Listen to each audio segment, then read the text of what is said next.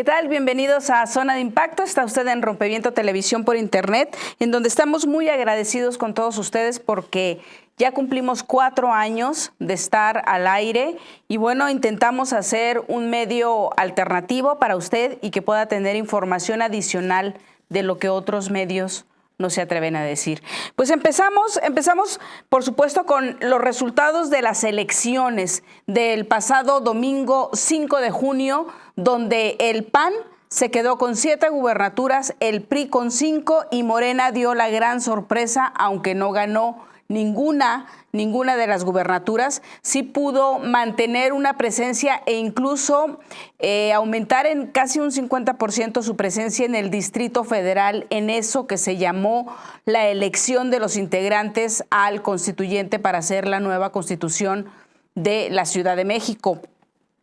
Y estos resultados sin duda tienen que ver y tendrán que ver con las elecciones del año 2018 para la presidencia de la República.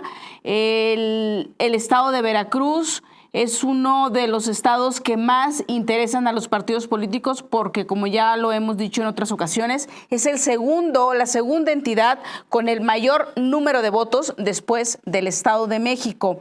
Y ahí, por primera vez, llega la alternancia. Acción Nacional se queda con Veracruz, con Miguel Ángel Yunes. Usted lo puede estar viendo. Estos son resultados, por supuesto, del PREP, de allá del organismo electoral de Veracruz, donde ha sido Miguel Ángel Yunes en alianza el PAN con el PRD, que pudo desbancar a su primo Héctor Yunes, senador con licencia.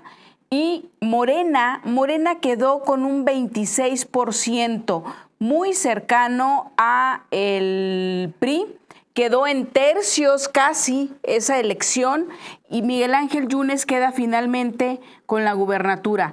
¿Cuál es el problema aquí con Veracruz? Veracruz es el estado con mayor número de asesinatos de periodistas, con mayores abusos de las policías, levantones de jóvenes. Usted recordará lo de enero, que se levantaron 5 jóvenes que venían del puerto de Veracruz y fueron encontrados algunos de sus miembros físicos de los jóvenes en un pueblo, en un rancho ubicado en Tierra Blanca, Veracruz.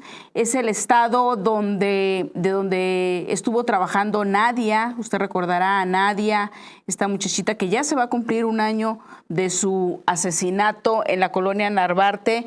Nadia, tanto como el fotógrafo freelance que trabajaba también para la revista Proceso.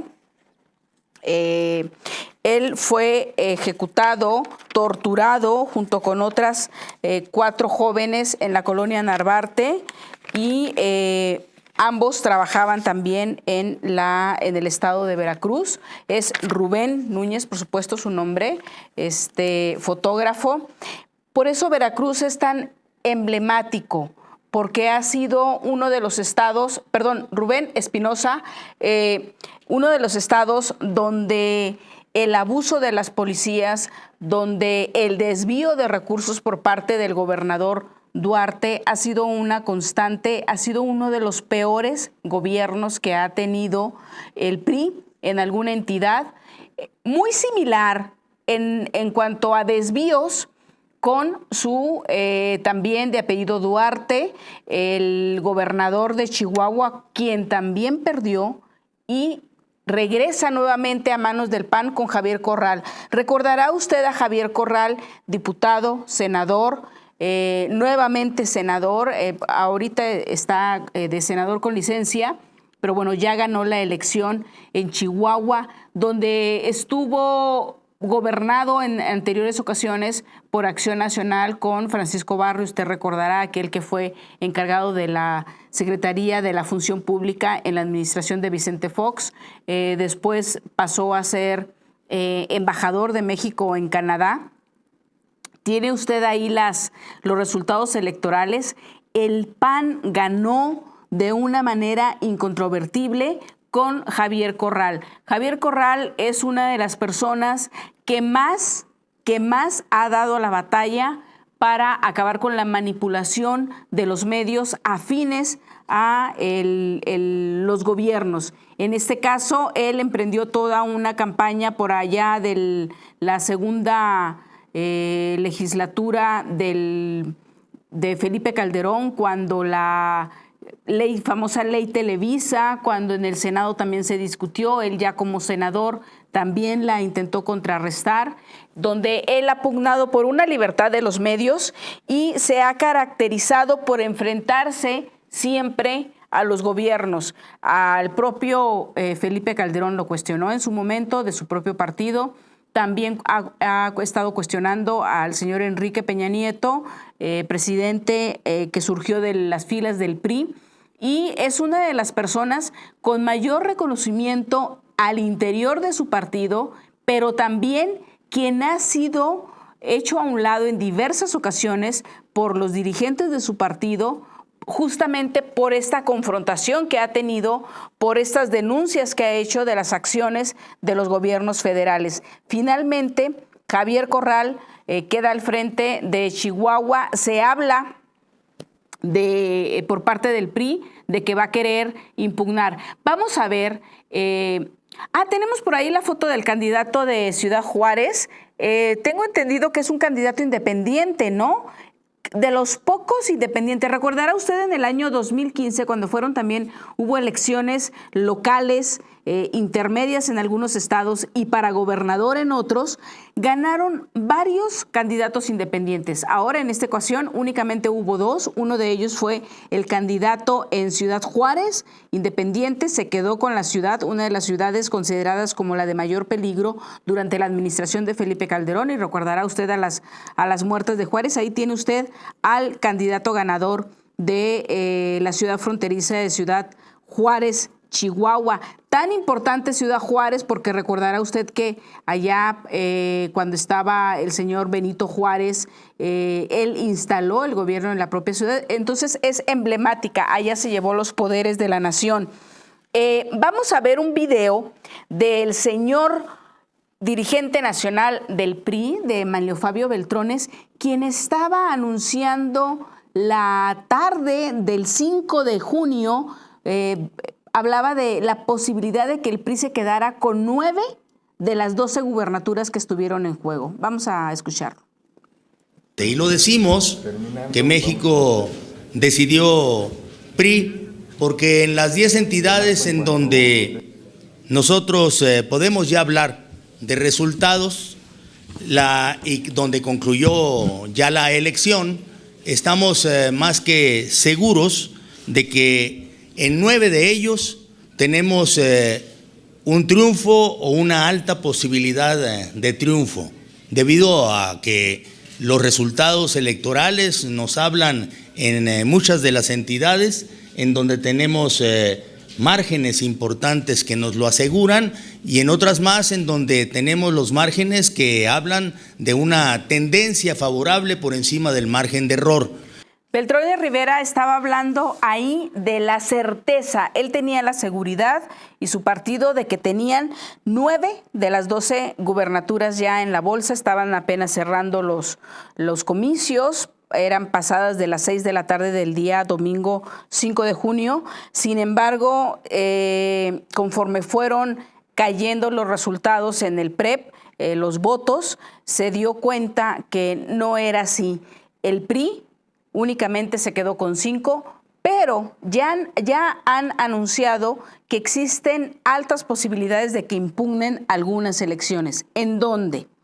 Chihuahua, como ya dijimos, con Javier Corral, que se quedó con el PAN, con la entidad. El PRI habla de impugnar Chihuahua, habla de impugnar Veracruz, y también ha mencionado por ahí a Tamaulipas. El propio Baltasar Hinojosa, candidato del PRI en Tamaulipas, salió a reconocer que los votos no le eran favorables para él y su partido, el PRI. Sin embargo, también se habla de la posibilidad ya de impugnar.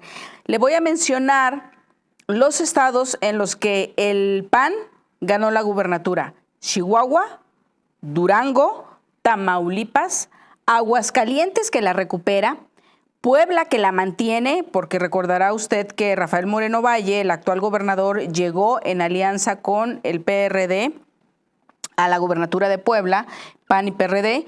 Hoy lo mantiene el candidato del PAN, de la alianza PAN-PRD, Quintana Roo y Veracruz.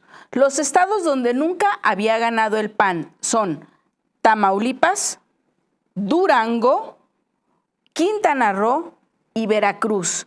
La joya de la corona Veracruz se la llevó Miguel Ángel Yunes, un personaje muy cercano a la maestra Elbester Gordillo, y la trayectoria de la mayoría de los candidatos, con excepción de Javier Corral, panistas de cepa, la mayoría son expriistas que en su momento buscaron la candidatura.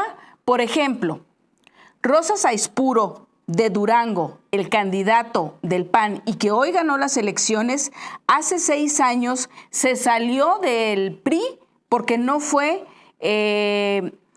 electo por su partido para contender. Finalmente quedó Jorge Herrera Caldera, un exdiputado federal, quien parece ser que no hizo un buen trabajo porque finalmente Rosa Saizpuro le gana. Entonces, Rosa Saizpuro, expriista, hace 6 años se fue al PAN, contendió por la gubernatura, la perdió ante el priista y hoy ya la tiene. En Quintana Roo, un expriista pariente del secretario, primo del secretario de Energía, el señor Carlos Joaquín, ya sabe, de la extirpe Joaquín, es apellido, no es nombre, es pariente de Joaquín Codwell, el secretario de Energía, ¿sí? Y Veracruz, Miguel Ángel Yunes Linares, quien llegó a ser el representante jurídico del PRI. Recordará usted el caso Amigos de Fox en el año 2000. Bueno, él fue el representante del PRI ante los tribunales para defender el caso de la elección presidencial donde gana Vicente Fox, pero ellos hablaban del caso de Amigos de Fox, donde se habían utilizado una serie de empresas y presuntamente se había rebasado el tope de campañas. Después, Miguel Ángel Yunes, siendo priista, se queda como diputado federal en la legislatura del año 2003-2006 y es uno de los vicecoordinadores, uno de los operadores de la maestra Elbester Gordillo, que era la coordinadora del PRI, ¿sí?, en la Cámara de Diputados. Vamos a seguir hablando de estos personajes, les damos un pequeño corte y regresamos.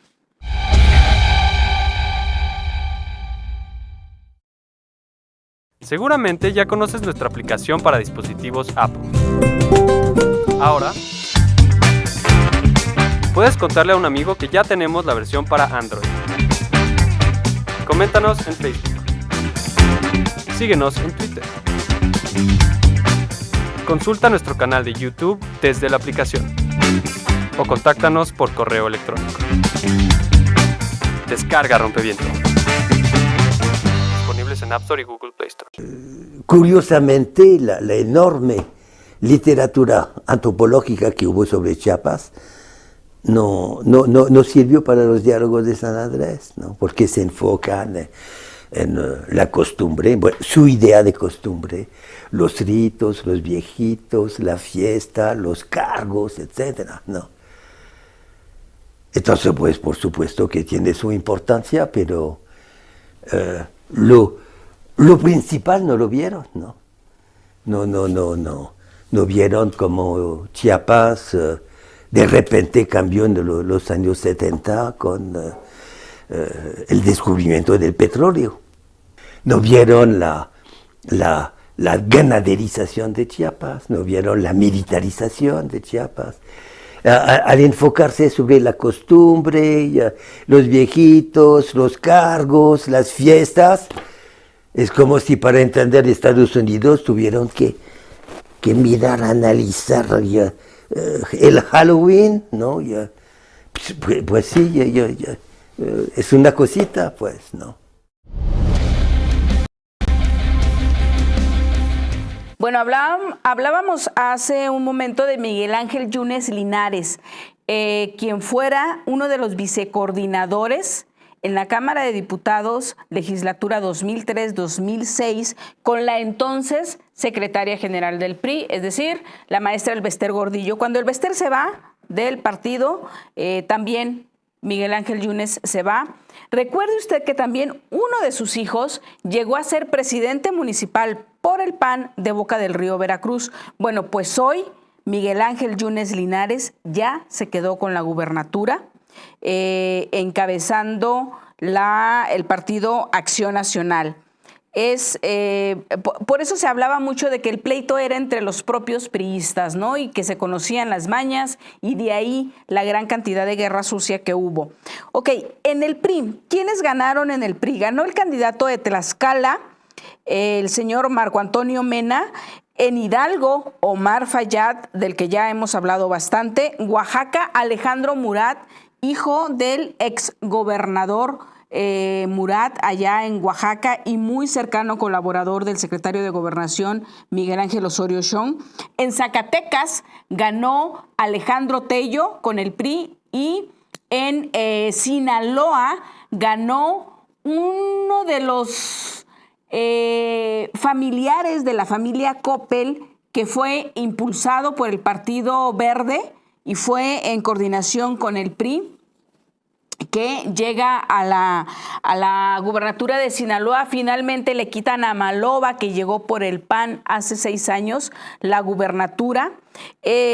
Sinaloa es muy importante porque finalmente es donde tiene sus reales el cártel de Joaquín Guzmán Loera, pero pensemos muy bien en que tenemos el Triángulo Dorado, donde está Sinaloa y está Durango, ¿sí? Entonces, en Durango va a estar gobernado por el PAN y Sinaloa, con Quirino Ordaz Coppel, va a estar gobernado por el PRI. Hay una parte en la sierra donde se confunden, están el territorio, todo ese territorio que forman parte Sinaloa y Durango, es la zona donde se mueve el cártel de Sinaloa. Por eso va a ser un poco complicado para estos dos gobernadores electos ponerse de acuerdo a la hora de materia de seguridad. Vamos a ver un pequeño video también, las declaraciones que hizo Ricardo Anaya, el dirigente nacional del PAN, donde habla de toda esta campaña que tuvieron que enfrentar y donde finalmente recuperan algunos estados como Chihuahua con Javier Corral y van a gobernar otros, como por primera vez como Tamaulipas, con el senador con licencia Francisco García Cabeza de Vaca. Vamos al pequeño video, por favor. Somos los ganadores de esta elección y ganamos a pesar de una bola de gobernadores corruptos, tramposos y autoritarios. Ganamos esta elección a pesar de un gobierno federal omiso que dejó hacer y dejó pasar, que permitió que los gobernadores hicieran trapacería y media. A pesar de esos gobernadores autoritarios y a pesar de este gobierno federal, les ganamos la elección. Ganamos también estados que nunca habían sido gobernados por un partido distinto del PRI. Esto quiere decir que logramos romper el monopolio autoritario que por más de 86 años había detentado el PRI gobierno. Y tercero, ganamos también estados donde hoy el PAN gobierna y gobierna bien. Eso fue lo que dijo Ricardo Anaya, muy contentos los panistas, pero donde no han podido los panistas llegar al ánimo de los electores es en Zacatecas. Zacatecas se quedó finalmente el PRI con el Estado, con Tello al frente, cuando las expectativas de Morena estaban puestas en 2 estados, en Veracruz y en Zacatecas. Se hablaba de que David Monreal, hermano del actual delegado de aquí de Cuauhtémoc por parte de Morena, Ricardo Monreal, él es el delegado él es el titular de la delegación Cuauhtémoc en la Ciudad de México. Su hermano David Monreal, se hablaba de la gran posibilidad de que él ganara. Incluso existe también la posibilidad de que Morena impugne tanto Veracruz, donde le digo casi se fue a tercios la elección, y Zacatecas con David Monreal. Recuerde usted que ya había sido gobernada esa entidad por el propio Ricardo Monreal Ávila y también por Amalia García, ambos con las siglas del PRD. Pero la importancia de Zacatecas y la importancia de Veracruz, aunque no hayan ganado las gubernaturas, es por el gran número de votos que obtuvo Morena. Morena, recuerde usted, también hubo elecciones el pasado domingo para elegir a los integrantes del constituyente de la Ciudad de México, es decir, los que fungirán como diputados para confeccionar esta nueva constitución de aquí de este nuevo estado que va a ser la Ciudad de México. Ahí Morena arrasó. Con 80,000 votos le sobrepasó al resto de los partidos. Su competidor más cercano es el PRD. Vámonos a un pequeño video de Andrés Manuel López Obrador donde nos habla tanto de la elección en los estados, lo que tuvieron que enfrentar, y la propia elección de aquí de la Ciudad de México. El año pasado, en los estados donde hubo elecciones, ahora obtuvimos 1.800.000 votos. Y ayer votaron por nosotros 2.500.000 ciudadanos. Es decir, un incremento de 700.000 votos del año pasado a la fecha. Y no es asunto fácil porque Morena es el único partido que no compra votos. Además, nos enfrentamos a fieras, a lobos, también a coyotes, mapaches y ratas, los que trafican con la pobreza de la gente. Compraron votos por igual, el PRI y el PAN. Imagínense en Quintana Roo a Carlos Joaquín, ¿cómo va a demostrar de dónde sacó tanto dinero para comprar votos? Yunes Linares de Veracruz, Cabeza de Vaca en Tamaulipas, hay nanita. Por eso fue una lucha entre bandas de la misma mafia del poder. Yo creo que los campeones de este movimiento cívico, democrático, pacífico, vuelven a ser los capitalinos, los habitantes de la Ciudad de México. Nos volvieron a dar su confianza y nosotros nunca jamás los vamos a traicionar. Anoche les decía, ya haciendo un pronóstico, que íbamos a ganar con alrededor de 80,000 votos, pues así salió.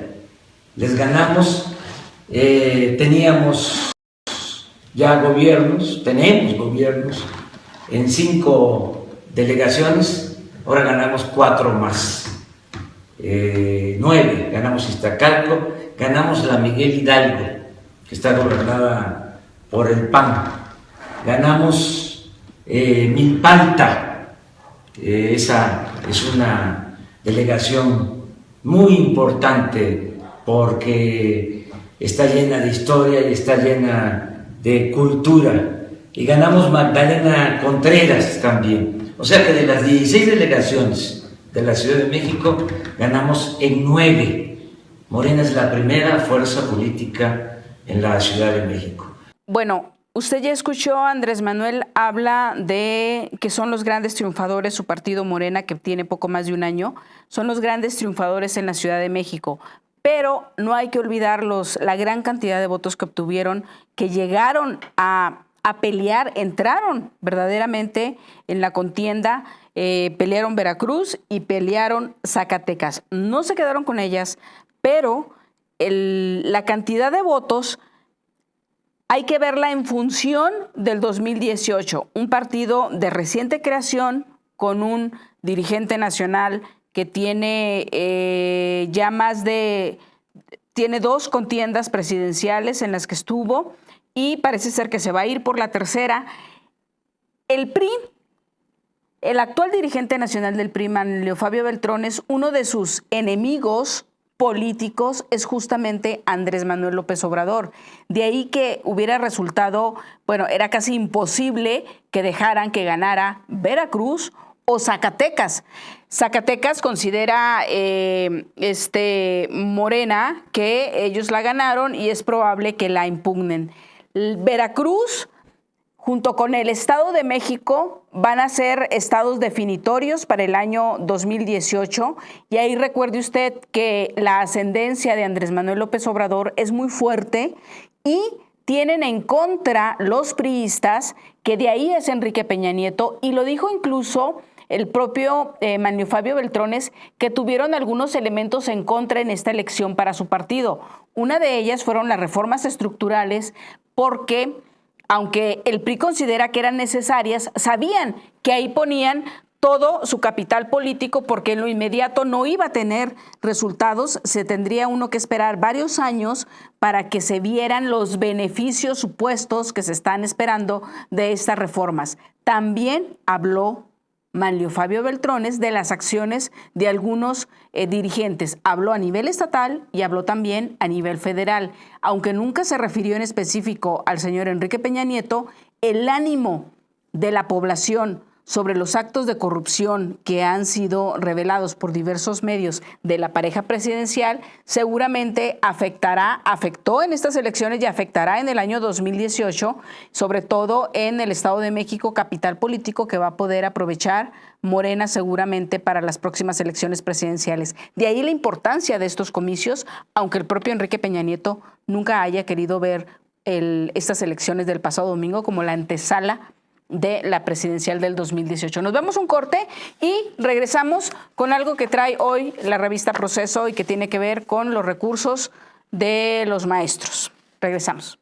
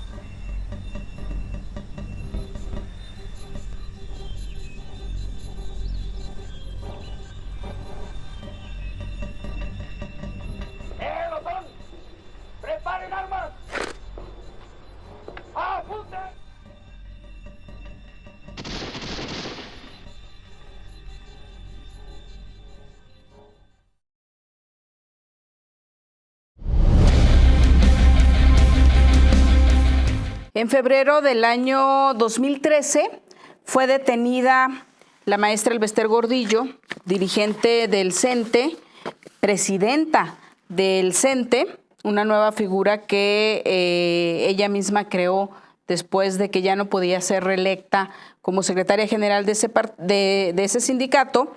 Recuerde usted que el sindicato de maestros tiene poco más de 1 millón de docentes y ella fue detenida bajo 2 cargos. Se hablaba por parte de la Procuraduría General de la República, en ese tiempo encabezada por el señor Jesús Murillo Caram, de delincuencia organizada y el lavado de dinero. 2 cargos que hasta la fecha no han podido sustentarse en la PGR, pero que aún con ello la maestra sigue estando detenida. E incluso ella ya cumplió sus 70 años y no le han dado el beneficio de que lleve su proceso o siga encarcelada en una prisión domiciliaria, es decir, en su casa. En aquella ocasión, cuando habló el Procurador General de la República, Jesús Murillo Caram, de estos cargos que tenía en contra de la maestra, nunca se especificó cómo se habían dado los operativos. Me refiero a las operaciones financieras para desviar esos recursos. No se puede hablar de lavado de dinero con recursos de procedencia ilícita porque el dinero era de los maestros, era del CENTE. Cuando se habla de recursos de procedencia ilícita, ¿sí?, en el caso de la maestra, se tendría que estar comprobando que ese dinero no se sabe de dónde es, ¿sí?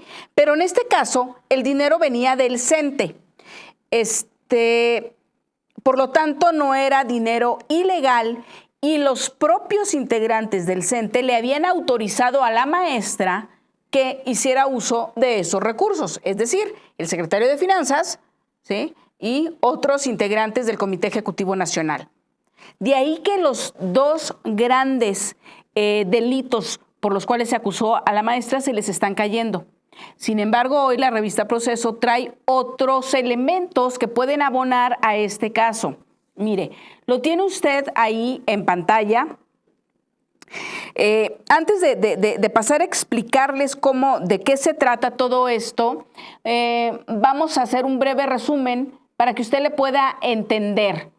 De lo que se trata aquí, en este caso, es de los créditos de nómina que se le entregan a los maestros.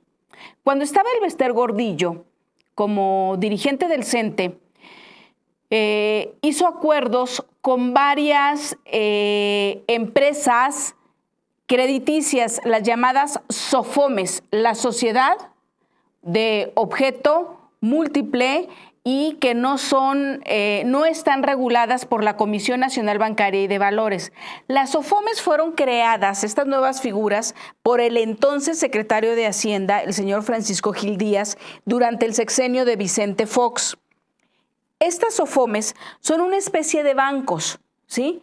Ellas lo que hacen es dar préstamos a los maestros o a otras organizaciones también. En el caso del CENTE, hizo acuerdo con 2 SOFOMES. Una de ellas se llama Crédito Maestro, ¿sí?, y otra se llama Consupago.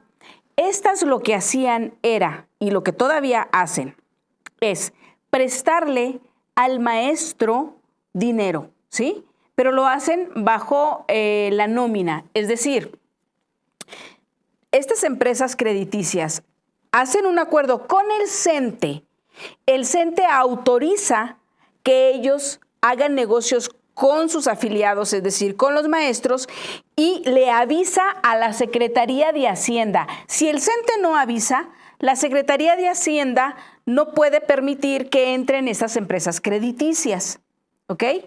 Entonces, una vez que el CENTE le avisa a Hacienda que van a hacer negocio que estas empresas van a hacer negocios con sus afiliados, Hacienda les designa una clave, ¿sí?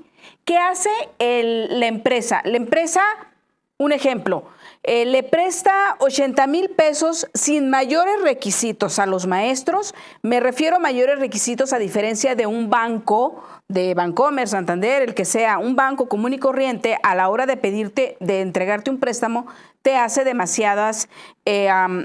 pide demasiados requisitos. Entonces, estos organismos de crediticios, los que trabajaron con el CENTE y trabajan con el CENTE, lo que hacen es descontarle de la nómina del maestro una mensualidad. Eso implica de que jamás van a tener al maestro como una persona que no pague, porque automáticamente Hacienda, mediante esa clave que le entregó autorizado por el CENTE, le descuenta, ¿ok? Le descuenta al maestro y se le paga a la empresa crediticia. Esas dos empresas, Crédito Maestro y Con Su Pago, ¿sí?, fueron las primeras que empezaron a trabajar con el CENTE. Luego se les unió una tercera que se llama Con Dinero y otra que se llama Mayane, que trabaja en Guadalajara en específico, pero vienen siendo del mismo grupo empresarial. Estas tres empresas le prestan al maestro, pero les cobran un interés que va entre el 60 y el 180%. ¿Qué genera esto? Que los maestros siempre reciban sus talones de cheque en ceros, porque se los van quitando, se los van descontando. Es demasiado el interés. Bueno, ahora sí me gustaría que pasaran el cuadro que tenemos de la revista Proceso, ¿sí? En este cuadro que publicamos en la revista Proceso, ese que usted tiene, a la cabeza está el CENTE, ¿ok? Entonces, el CENTE autoriza a estas tres empresas que usted tiene en su pantalla, Con Dinero, Crédito Maestro y Con Su Pago, a que le presten a los maestros y le descuenten. ¿Dónde estuvo la operación, sí, que llevó a que tanto el CENTE como estas empresas hicieran negocio aprovechándose de las necesidades de los maestros? No es un desvío de dinero propiamente, porque lo que hicieron fue, crearon esa empresa que usted ve que se llama Servicios Financieros DC, y ahí fueron a parar después de que, por ejemplo, Con Su Pago le prestó 80,000 pesos a un maestro y le descuenta 5,000 pesos a capital del préstamo que le hizo al maestro, más aparte les está cobrando 180% de intereses, ¿ok? Entonces, primero se pagan lo que la propia empresa le prestó al maestro. De esos 100, que va del 60 a 180% de interés, se hace una bolsa, ¿ok? Esa bolsa del dinero va a parar a esta de Servicios Financieros DC que se creó. Si me pueden volver a poner el cuadro para seguirles explicando, por favor, y que sea más entendible. Esa bolsa de los intereses se va a Servicios Financieros, ¿ok?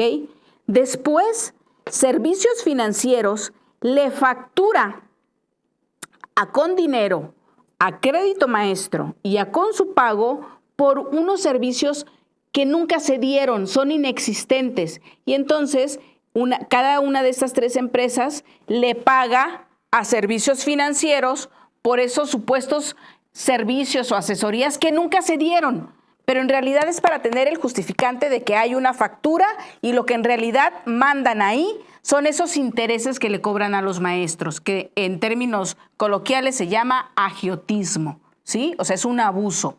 Después, Servicios Financieros, hay una persona que les ordena al propietario de Servicios Financieros que disperse el dinero. Y se hace mediante tres vías. Una, que usted está viendo en su pantalla, se hacen transferencias vía SPEI. SPEI, recuerde usted, es la banca vía internet, ¿sí? Entonces, de un banco se pasa a otro banco, vía internet se hacen depósitos.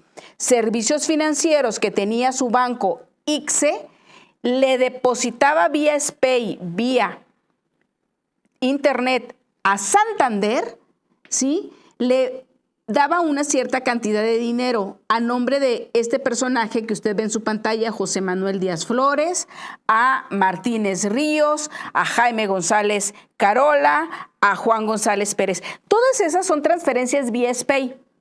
La segunda transferencia es vía efectivo, que se hacían a través de ICSE, donde tenía su cuenta Servicios Financieros DC, le hacía una transferencia vía ICSE a una empresa, Grumer, que es una empresa de custodia de valores.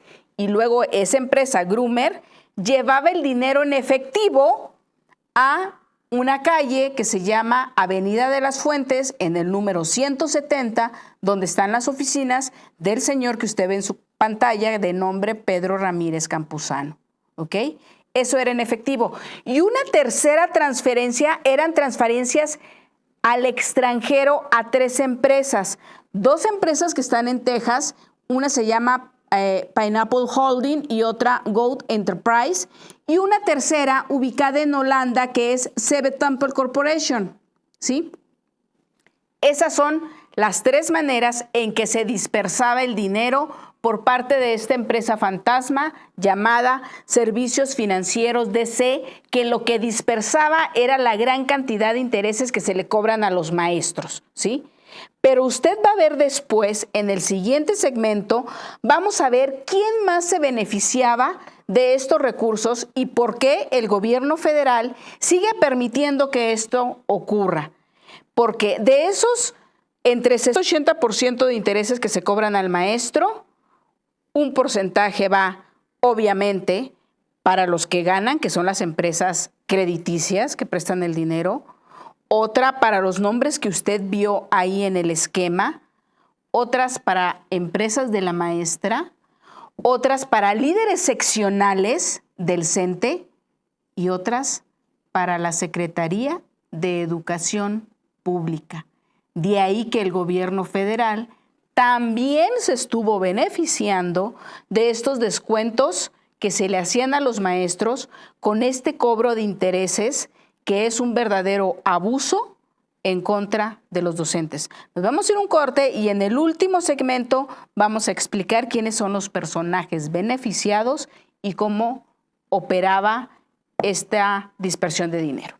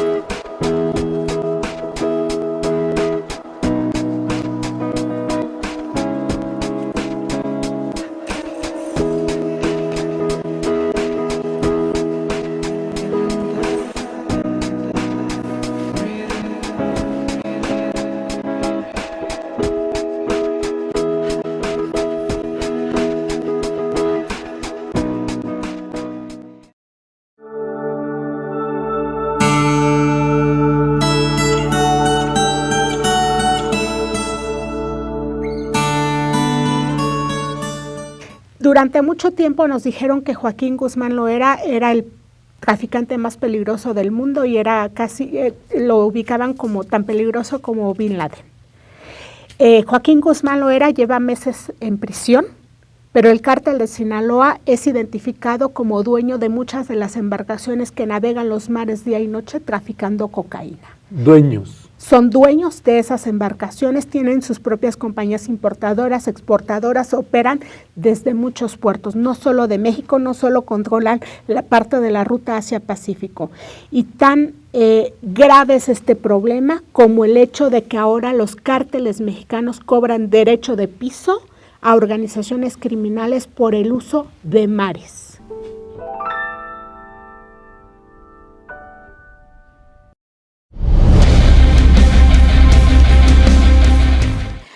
Bueno, estas 3 empresas con dinero, crédito maestro y con su pago tienen sus dueños. No son empresas que surgieron especialmente para prestarle dinero a los maestros. Son SOFOMES que surgieron con un objetivo de tiempo atrás, que tenían su propio negocio, ¿ok? Que era prestarle dinero a la gente. Con su pago es de Grupo Chedraui. Crédito maestro es de Oliver Fernández Mena, un extenista y empresario que ha tenido en diversos momentos sociedad con el hijo, uno de los hijos del expresidente de México, el señor Ernesto Zedillo, ha tenido relación empresarial con Ernesto Zedillo Velasco y también con uno de los hijos del exgobernador del Estado de México, Arturo Montiel. propiamente con su hijo Juan Pablo Montiel, ¿ok? También Oliver Fernández estuvo involucrado en algún momento con el caso de Oceanografía porque fue socio de Amado Yáñez en la empresa de Oceanografía. Recordará usted, una empresa que finalmente entró a concurso mercantil, se habló de un gran desfalco de más de 5,000 millones de dólares que le había hecho a Banco Banamex en el extranjero. Finalmente la empresa fue retirada de los proveedores de Pemex. Con esos dueños, hoy sigue siendo proveedora, pero ya está en concurso mercantil. Es decir, tiene un administrador designado por el gobierno federal y su dueño, el señor Amado Yáñez, quien era su dueño, está encarcelado. Bueno, pues de Amado Yáñez era socio este joven, Oliver Fernández Mena, que es dueño de Crédito Maestro. Y el otro grupo es Con Dinero, o Grupo Mayán, que se trata de unos israelíes asentados en Guadalajara desde hace muchísimos años, de ascendencia israelí, perdón. Estas tres empresas recibieron la sugerencia de dos personas. Esto de acuerdo a una entrevista que hicimos con uno de los participantes de todo este entramado financiero, que por lo pronto no podemos decir su nombre, pero esta persona nos proporcionó un sinnúmero de documentos. Le vamos a estar pasando varios de ellos. Hay dos personas que idean, de acuerdo con lo que nos dijo esta persona que está ahorita en el reclusorio y nos proporcionó la información. Hubo un acuerdo entre Pedro Ramírez Campuzano y el señor Enrique Martínez Ríos, quienes determinaron el modus operandi de todo esto. Ellos decidieron la creación de esta empresa que se llama Servicios Financieros DC, que es una empresa fantasma que lo único que hacía era facturar, recuerde usted, servicios a estas tres empresas crediticias por servicios que jamás se habían dado. ¿Sí? Únicamente era para tener la justificación de que el dinero llegara y bajara a la empresa Servicios Financieros, ¿ok? Bueno, estos dos personajes deciden todo el entramado, pero es Martínez Ríos quien a través de diversos mensajes de correos electrónicos, los llamados mails, ¿sí? Usted va a tener ahorita unos mensajes de ellos, pero antes de eso le quiero explicar. Él le ordenaba al dueño de Servicios Financieros cómo distribuyera todo este dinero. Tenemos tres láminas, tres fotografías, 1, 2 y 3, donde aparece la SEP y aparecen los líderes sindicales. En algunas aparecen nombres de los líderes sindicales, en otras nada más sección número tal, ¿sí? Estas son... Por ejemplo, usted tiene ahí CENTE, sección 15 Hidalgo, 2%, es una comisión del 2% mensual para secretarios generales. ¿Recuerda usted esa gran bolsa que le decía que va a caer a Servicios Financieros DC, esta empresa fantasma?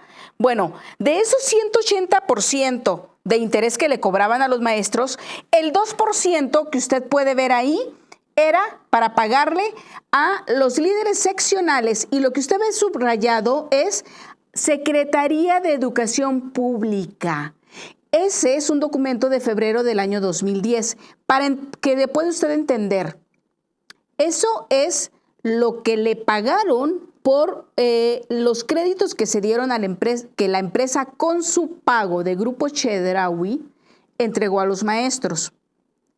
Es decir, a la SEP llegó un préstamo donde dice monto elegible, dice 15,62,500 pesos. Es decir, esos 15 millones fue el total de préstamos que con su pago, la empresa con su pago, le entregó a los maestros, ¿sí? La comisión que le dieron a la SEP por eso fue de 301,000 pesos, 301,250 pesos, que es el 2%. Después vienen las secciones, sección 18 de Michoacán, sección 5 de Coahuila, 12 de Durango, 26, y así sucesivamente. Después usted va a ver monto elegible, sección 18 Michoacán, 450,500 pesos y la comisión de 8,000. Es porque el líder sindical de la sección 18 consiguió enganchar a cierto número de maestros que en total pidieron un crédito durante ese mes que sumaba 450,000 pesos. De eso le pagaban un 2% a ese líder sindical. Es decir, no nada más ganaba el Bester Gordillo, ganaban todos los líderes sindicales que gestionaban esos préstamos, que convencían a un maestro para decirle, no vayas a un banco a pedir un préstamo. Se te murió un hijo, necesitas crédito para comprar útiles escolares o algo, o tu hipoteca, no sé. No, mejor ven aquí a una de estas empresas y por cada maestro que enganchaba, y de acuerdo al número al monto del crédito que pedía, se le daba el 2%. Bueno, después de estas láminas, usted va a ver, tenemos la fotografía número del 4 al 7, que son los correos electrónicos. Es donde este señor Martínez Ríos, que le digo, le daba las órdenes al dueño de servicios financieros. Ese es un mail, es un ejemplo nada más. De estos tenemos un sinnúmero.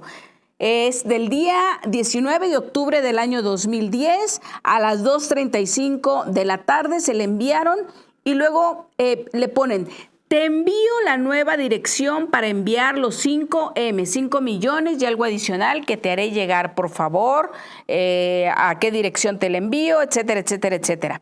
Y dice, la nueva dirección es Banco RBTT Bank en Antillas Holandesas y el beneficiario es CB Temple Corporation, ¿sí? Cuya dirección es en Holanda. Recuerde usted que yo le dije que se distribuía el dinero por parte de Servicios Financieros DC de 3 formas: vía SPAY, a las personas que le dije, efectivo y transferencias internacionales. Ese correo que usted vio era para que se hiciera una transferencia internacional a un banco ubicado en las Antillas Holandesas, que es un paraíso fiscal, para beneficiar a la empresa CB Temple, que está en Holanda y que se presupone que es un fideicomiso donde tenían acceso únicamente Mónica Arriola, la hija de el Bester Gordillo. Eso que usted se está viendo, esos son los adjuntos que venían con el mail. Y entonces, por ejemplo, le decía, si me la pueden abrir un poquito más, la fotografía, decía, pagos a realizar, Enrique Martínez Ríos, monto 1, monto 2. Ese monto 1 eran 100,000 pesos entregados en la cuenta de Banamex, viene el número de clave bancaria del señor Martínez Ríos y luego un monto 2 de otra cantidad también en una cuenta de Banamex. Y luego en el número 3 dice pagos a realizar y viene monto 1,352,000, beneficiario CB Temple. Esas son las primeras, son pagos vía SPAY. Y la última es pago transferencia a un banco de las Antillas Holandesas que se presupone es del fideicomiso CB Temple de el Bester Gordillo, cuyas beneficiarios o quienes tenían acceso a ese fideicomiso es Mónica Arriola, hija del Bester Gordillo, fallecida recientemente, y el padre de Mónica Arriola, quien llegó a ser secretario de Finanzas del CENTE. Ok. Quiero que me pasen las demás fotografías y yo las voy explicando porque ya nos queda muy poquito tiempo. Sigan pasando las fotos, yo les voy explicando de qué se trata conforme a los números. No importa el orden que las pasen, pero pásenme las fotografías. Esas que usted está viendo forman parte del juicio 10/2015 que se está llevando en el juzgado número 14 de procesos penales contra los dueños de la empresa Servicios Financieros DC. Ese es un concentrado de todos los movimientos bancarios. Ese es la empresa, es el banco ICSE, donde la empresa Servicios Financieros, la empresa fantasma, dispersaba el dinero y es una transferencia bancaria a CB Temple de 450,000 pesos y son varias. Síganlas pasando, yo les voy explicando, no se detengan, por favor. Que las pasen. Ese es de CB Temple, 450,000. Tenemos una más. Ese es otro correo donde le están diciendo, quiero que deposites 1,783,000 pesos a CB Temple. Esa es otra donde ya se está pasando también. De X es una transferencia bancaria. Hay que detenernos ahí un momentito. Ese es el adjunto, la página a tamaño oficio, donde le dice deposita CB Temple 1,700,000 y feria. La hoja más pequeña es la transferencia que hace Servicios Financieros DC a través de su banco ICSE a la empresa Servicios Administrativos Espival. Era como una intermediaria. La cantidad de dinero que se da ahí son los mismos 1,783,000 pesos, ¿sí?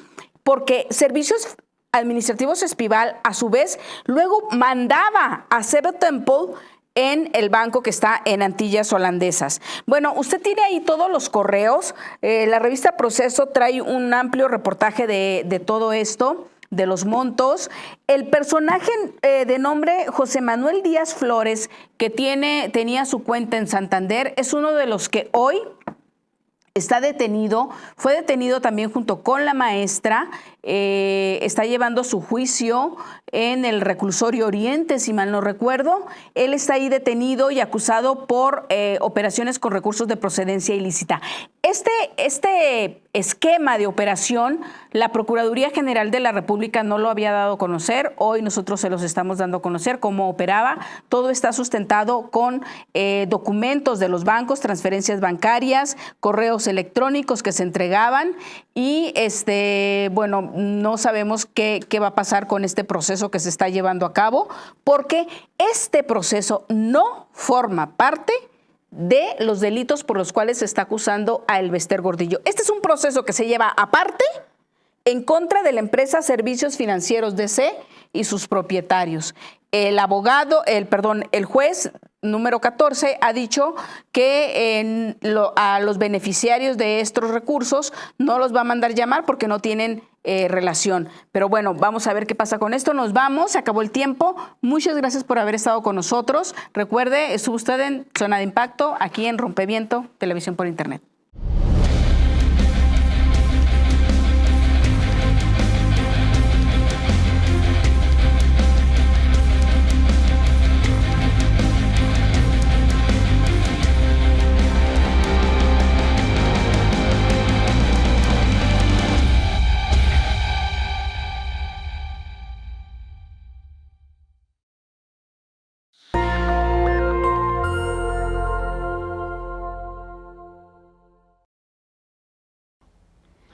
Lo que estoy planteando de darle la espalda al mundo del despilfarro y de los gastos inútiles y de las casas impresionantes que necesitan después de 3, 4, 5, media docena de sirvientes. ¿Para qué todo eso?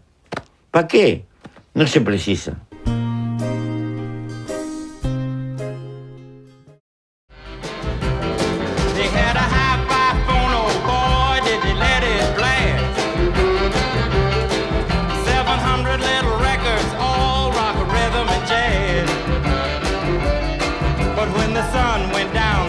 Tempo of the music fell. C'est la vie, say the old folks. It goes to show you never can tell.